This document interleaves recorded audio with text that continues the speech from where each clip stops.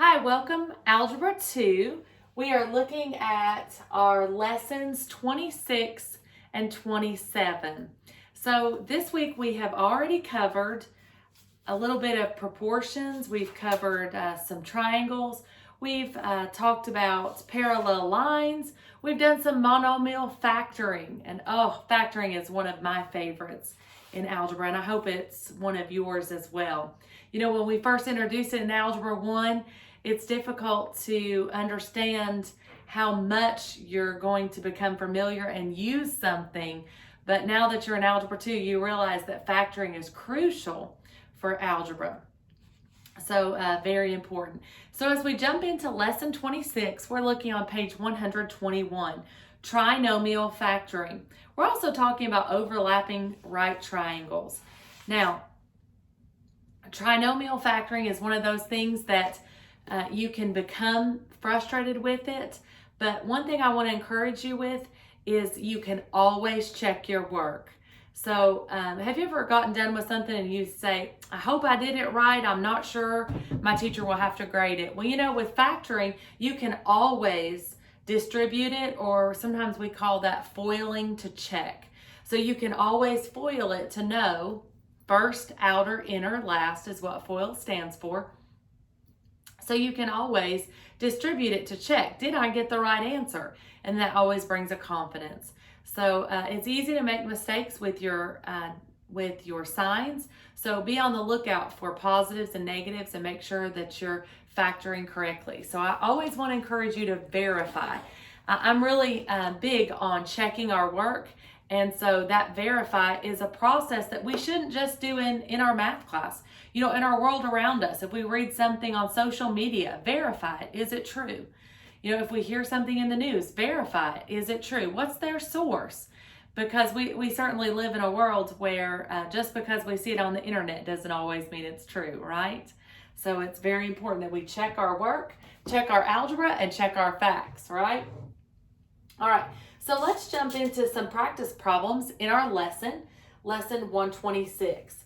So the first one, it asks us to factor. So x squared minus 7 minus 6x. Now immediately you should be thinking, as you're looking at that practice problem A for lesson 26, you should immediately look at that and say, wait a minute, that's not set up right, because it should always go from highest exponent down to constant. So these two are out of order. So let's rewrite that.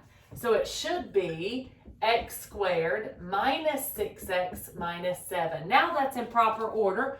Squared, the first degree to constant. Now, I always want to remind you that our leading coefficient should be positive, and in this case it is. Another thing is that if there's ever a GCF, a greatest common factor, that you can take out, that all of them share, then you'd want to take that out. Since my x squared has no leading coefficient, then there's nothing in common that I can take out. So I'm going to go ahead and put my parentheses so that I can factor it. I'm going to break apart my x's. And then remember that we look at our last sign first. The Bible says the first shall be last and the last shall be first. So that's a good way to remind ourselves, always go to the last sign first. This tells me that they're different. So I'm going to break apart and change one sign's positive and one sign's negative. Now 7 is prime, so it means the only factors of 7 are 1 in itself. So I need to decide whether the 1 or the 7 will go here or here. Well, I look at the middle term, minus 6x. So that means the negative went with the greater absolute value. So it's going to have to go here. So negative 7 goes here, positive 1 goes here. Now I'm going to FOIL to check. Remember, first, outer, inner, and last. So first, x times x, x squared. And then, so first was here. Outer would be the outer 2 minus 7x. Inner would be plus 1x. And last would be minus 7. These two terms together makes minus 6x. So it is correct. X squared minus 6x minus 7 brought me back to my original. So my answer, don't be confused, I was just checking my work. So my answer for factoring is x plus 1, and x minus 7. So I factored it, letter A. Now let's move on to letter B. Now, letter B, I'll notice right away, does not have my leading coefficient as positive. It's negative x squared plus 6x plus 16. Now, always when I'm going to factor, my leading coefficient needs to be positive. So I'm going to take out that negative. So if I take out negative 1, that leaves me with x squared. Don't forget to change the rest of your signs. When you're taking out that negative, it would be minus 6x minus 16. Everything else was in proper order because it goes 2, 1, constant. Now, one thing that I always do is I verify that by distributing that back in my mind to make sure would it bring me back up to this line. And I'm constantly checking my work because I have had too many problems where I've missed it by just one little small sign error. So you want to be on the lookout for that. So let's distribute our negative. So that would make negative x squared. A negative times a negative would bring me back to positive 6x. And a negative times a negative would bring me back to positive 16. So this line I have verified, it is correct. I can keep going. I'm going to bring down my negative 1. And actually, the negative isn't going to matter when it comes to solutions, but if it does have a variable with it, eventually that could be a possible solution. So since it's just a negative, it's the same as making an equivalent equation because I multiply the same to all. So now my leading coefficient is 1. There's nothing else in common I can take out. So I'm going to break apart my x's. And again, I look at my last sign first, and this tells me they're different again. So one's positive, one's negative. Notice this time over here I put plus minus, minus plus. It doesn't matter which order because they're both going with just one x. Now my factors for 16, there are a few. 1 and 16, 2 and 8, 4 and 4. All make 16. Now, I'm looking for the factors of 16 because they're different. They're going to subtract to make 6. So I look down through my factors. The only two that subtract and make 6 are 8 and 2. So the others we could mark out. So 8 and 2. Because my sign goes with negative 6x, the greater absolute value is going to have to go with the negative. So 8 goes with negative, 2 goes with positive. All right, so I'm finished with letter B. Now let's move on to letter C. Letter C is a bit more complicated, so I want to make sure that I'm working that one carefully. So letter C has some common factors that we can take out. So I've left up letter B over there, and I'll write down letter C right here. So letter C says 24 x squared plus 21x cubed minus 3 x to the 4th. Now notice they've got the order all a little bit turned around, don't they? So let's rewrite it. Negative 3 x to the 4th plus 21x cubed plus 24x squared. Now I've got it in proper order, 4, 3, 2. Now let's see what I have in common that I could remove, I could factor out. So I'm going to take out the greatest common factor. 3 goes into all. Did you notice that it has a negative? And my leading coefficient always needs to be positive. So I'm going to take out a negative 3. Now, do I have any variables that are in common? Here's x squared, x cubed, x to the 4th. So it shares x squared. So I'm going to take out negative 3x squared, and that's going to leave me with x squared. Now I'm going to verify that because if I distributed that back, that would be negative 3x to the 4th, which would bring me back to this line. I'm always verifying each line step by step so that when I get to the end, I know I've worked it carefully.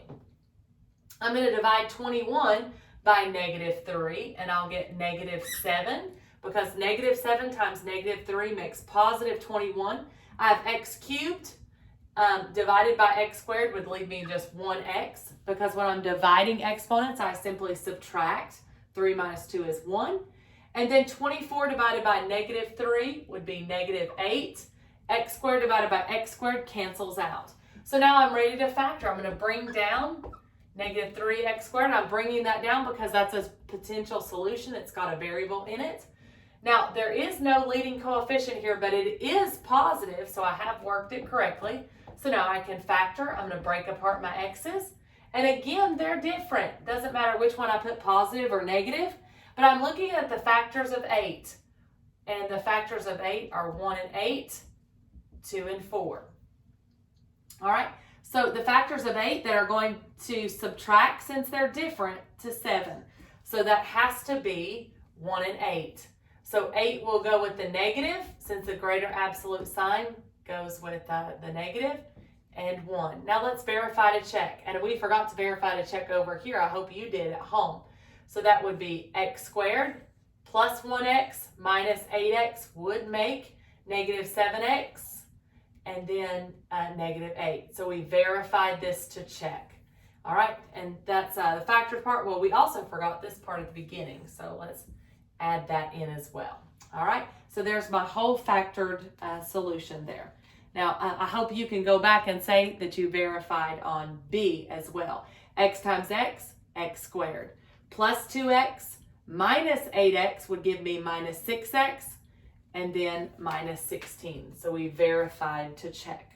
All right, always important to take those few moments to check. That could save you the difference between a right and a wrong answer. Now let's move on to letter D.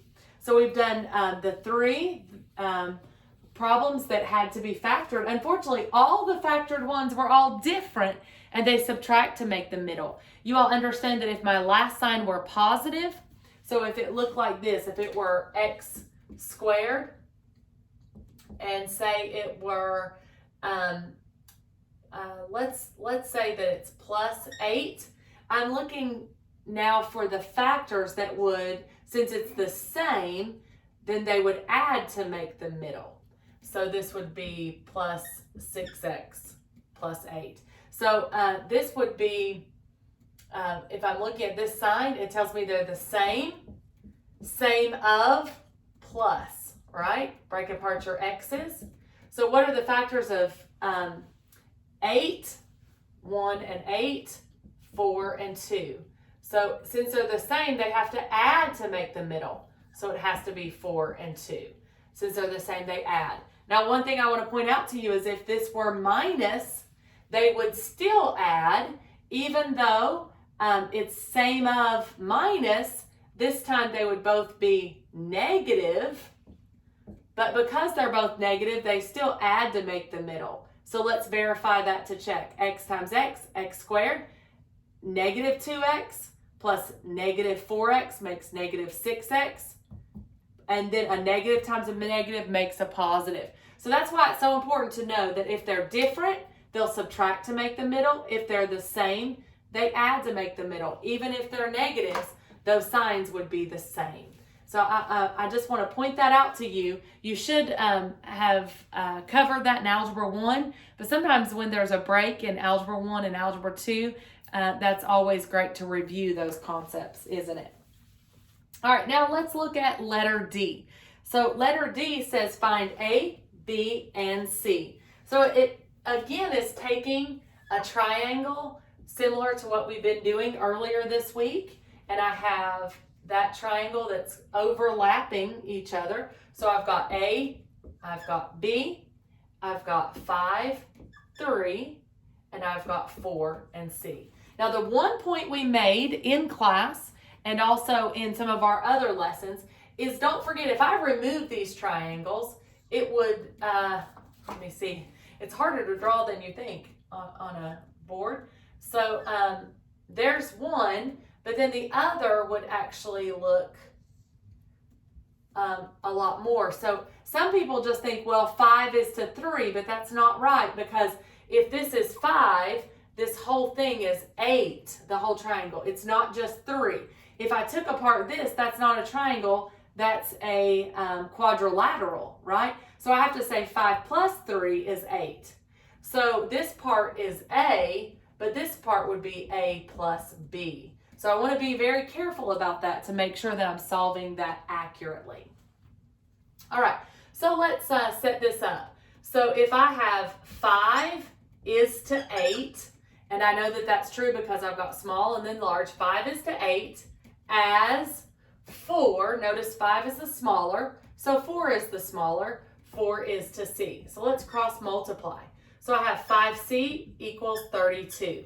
Divide through by 5, and that does not go in evenly, so C is 32 over 5, right?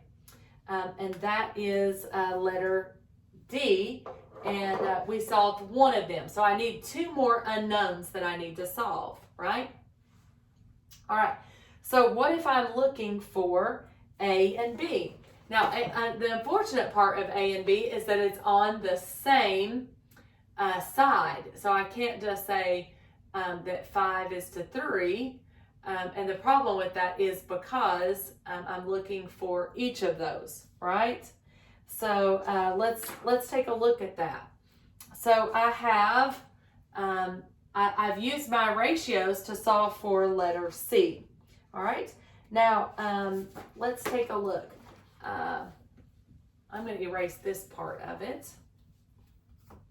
All right. I'm sorry, I lost my place. So give me 1 second. All right. All right. Now, because I can't do A plus B like I did in my last ones, I can remember that instead of using a ratio, see, if I set this one up, I would have 5, this is the small, is to 8 as A is to A plus B. And I can't solve with 2 unknowns in it. So I'm not going to be able to set it up this way because it won't work. I have 2 unknowns. So what I can notice is I have C is 32 over 5. So what I can do is actually solve, because my book did tell me on this problem that these are right triangles. And I missed drawing those, and that's an important detail there. So what I can do is I can say 5 squared plus 4 squared equals A squared. And I can solve it that way. So now I have 25 plus 16 equals A squared. So 25 plus 16 is 41 equals A squared. And then in order to find A, I'm going to have to square root both sides. So A equals the square root of 41. And that is correct for letter A. Now letter C, I would set it up the same way, only this time I would say the whole distance. So that would be 5 plus 3 is 8. So 8 squared plus, and in this case, it's going to be 32 over 5 squared. And please don't hesitate to use your graphing calculator or scientific calculator to plug that in, because 32 over 5 squared is going to be something big. So remember, it's 8 squared, and then now I've got to add in, it equals not just B, it equals A plus B. So it's going to be the square root of 41 plus B, and then the whole thing is squared. So 41 plus B, I'm sorry, that's squished together. So it's the square root of 41 plus B. All right, and in order to solve that, I can set up that ratio, or your book is also showing you can set it up that way, or because I've figured out what this is, A is now the square root of 41, then I can also set up the ratio like I did just a moment ago. So let me take this ratio back, and your book is also pointing out to you, because you've solved one of those, now you only have one unknown. So you could say 5 is to 8 as, so 5 is to the whole thing as the square root of 41 is to the square root of 41 plus B. All right, so you can cross multiply there and say 8 square root of 41 equals 5 square root of 41 plus 5B. Now I can subtract 5 square root of 41. Subtract 5 square root of 41. And that leaves me with 3 square root of 41 equals 5B. So if I just divide the whole thing by 5, that's going to give me my final answer for B. 3 square root of 41 over 5 equals B. Now, I know that was a lot more work than what it was at the beginning of these first few lessons. The first few lessons were simply just cross multiplying. You were just setting up ratios. Well, it got a lot more complicated when I had two unknowns on the same side. And that's the issue I had. So I had to use a couple other formulas. I had to use Pythagorean theorem. And then once I had that, then I need to know how to reduce my radicals. So welcome to Algebra 2. They're really testing you a lot with those and making sure that you know how to use those deeper thought process, a deeper reasoning level with your Algebra 2. So I'm really proud of you guys. All right, now let's jump into lesson 27, rational expressions. So your book is showing you what a rational expression looks like. A ratio can be written as a fraction. So you can say 3/4 or 3 is to 4. All right, when one of the denominators has a factor that is a sum, then this sum is one of the factors of the least common multiple. So it's showing you how to make a least common denominator for any kind of fractions. And so we really do have to think a little bit more when we're solving these. All right, so your book gives you 2 examples, and that's on page 126. And wowzers, those are big examples, aren't they? And they're going to take a lot of room on my board. So it says, algebra books often have contrived problems that must be recognized, or the solution is difficult. This is one of the problems. And so they show you that. So new denominators, new numerators, we add together like terms, and then we simplify what we can, combining like terms. So let's take a look at one of our practice. And I'm just going to do one of them just because they are very time consuming. So there are 2. So you'll need to do one at home. And please feel free to reach out if you have questions because it is a little bit more complicated to solve, right? All right. So let's take a look. We need to do A or B. I'm going to go ahead and do B just because I think it looks a little bit harder. I think that you'll be able to do A on your own. So it's Z plus 3 over Z squared plus 5Z. Notice I put a line through my Z's because sometimes I do my 2's like that. So I have done that before in some problems, thought a Z was a 2. So I've made that a habit, is always write a line through my Z's. Minus 1 over Z minus 4. All right, so I've got several denominators there, so I've got to find my least common multiple. So I'm going to factor this right below it so I know. I'm going to break apart the Z's. There's nothing in common because there's no leading coefficient. This tells me they're the same of positive. So I'm going to write plus and plus. And then the factors of 4 that add to make 5 would be 4 and 1. Now notice it's plus 4, plus 1, and none of these match. So wowzers, I'm going to have a big problem. So what's my least common denominator? Well, friends, it's Z plus 4, Z plus 1, Z, and Z minus 4. Now I can rewrite it over here a little bit easier. Z, and then I started to write X instead of Z, sorry. Z plus 4, Z plus 1, and Z minus 4. All right, now each of these problems, so I've got these 2 factors here, a monomial and another set of parentheses. So each of them I have to have 3 parentheses and 1 monomial to make it a common denominator. So notice in these, I notice that this is Z plus 4, and Z plus 1. So that means I'm going to have to multiply this top by Z and Z minus 4. So that's where it's going to get a little complicated. So the first thing I'm going to do is FOIL the top. So I'm going to write Z, and then I'm going to FOIL Z minus 4, Z plus 3. So first, Z squared. All right, and then my outer, so I'm foiling first, outer, inner, and last. So I did z to z, and then z to 3, which would be plus 3z, minus 4z,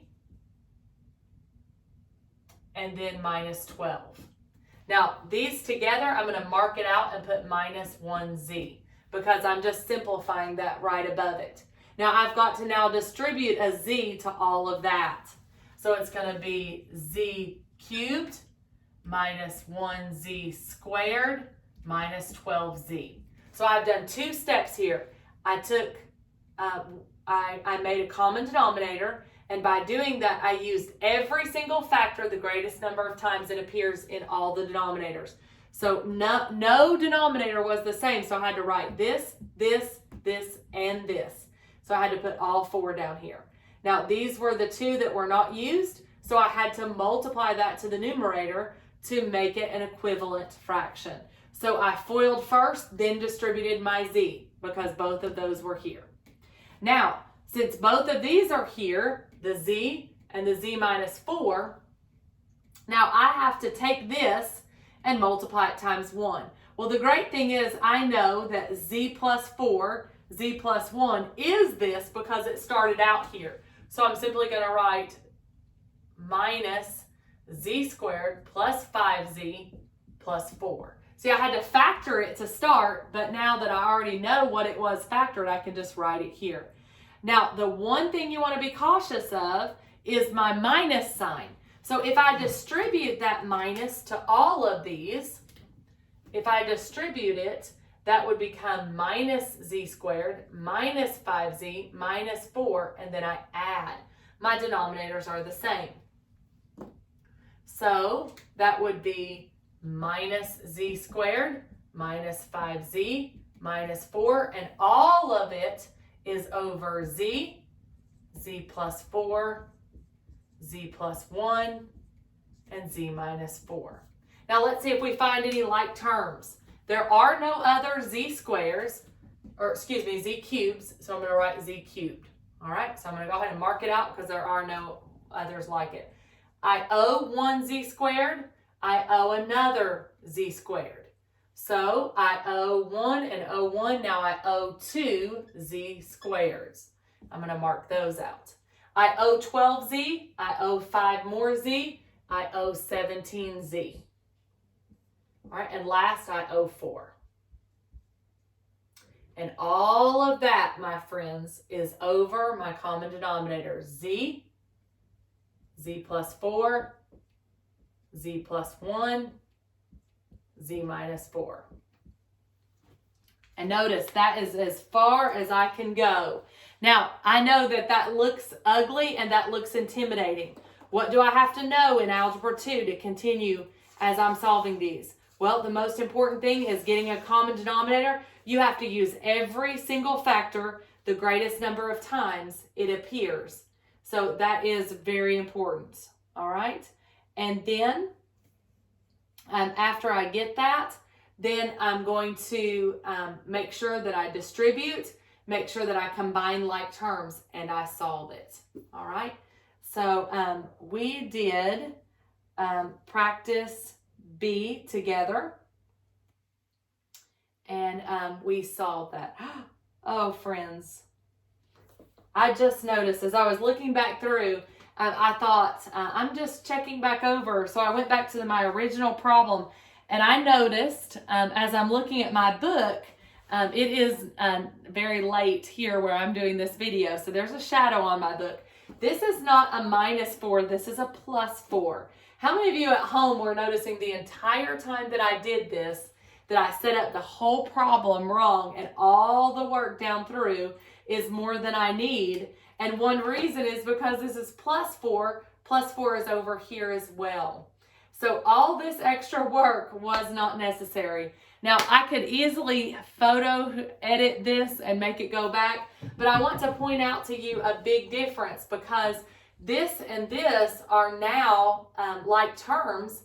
I thought this was a minus, so I solved the entire problem this way. So at home, please forgive me. This was not intentional. It's just as I was getting ready to sign off, I looked back in my book and saw that this was a plus, not a minus. So I apologize. So if I'm doing that, that means that this entire part right here is not necessary. The z minus 4, the z minus 4.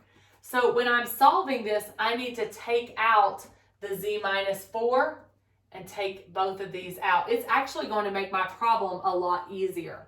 So let's go back up, and I apologize again. I know it's very frustrating because I feel looking at my board, I'm like, oh my goodness, this was way more work than it ever had to be. So I'm just going to erase. My heart says don't erase it, but my mind knows that there's no way to keep from doing all that work. So my common denominator is just going to be z plus 4, z plus 1, and only z that it shares. So the only thing missing here is z, so that's just going to be z squared plus 3z. How much nicer, friends? I was actually thinking, wow, Saxon really threw a hard curveball to these Algebra 2 students. All right, now again, common denominator is z, z plus 4, and z plus 1. Now I have everything here except the z plus 1. So I'm going to simply write 1 times z plus 1 is z plus 1. Now don't forget your minus sign. So what I'm going to do is actually distribute that minus sign like we just nicely talked about. So that would become minus, this would become minus, and now this is a plus. So my denominators are the same. Excuse me while I grab my marker. So my denominators are the same. Oh, friends, this problem is so much easier. Z minus 4, z plus 1. All right, so now my denominators are all the same. Z minus, z plus 4. Oh, don't let me make that mistake again. That is a plus right there. And then z plus 1. So I've got all those written. So all I'm doing is combining like terms. So I've got z squared. Then I have 3z, but I owe 1z. So it would be plus 2z. And then minus 1. So that was much more simpler than what I was actually doing before that. So I apologize. Z squared plus 2z minus 1. And you'll be glad to know I actually checked that to make sure. So I want to make sure. We worked a lot harder, and all of that was because we miscopied a sign. Have you ever done that, miscopied a sign on your homework? So I hope at home you guys aren't too frustrated. Hopefully you're not throwing pencils at your screen saying, please don't make us do more work. But I think this is a good life lesson. I started to just edit it and put back in the right answer. But the reality is I'm a teacher and I miss things, and you're going to miss things at home too. So I made that problem a lot harder, but I want you guys to see real life that, you know what, one little sign sure does make a difference. Thanks for your hard work, and thanks for sticking it out with me today. God bless.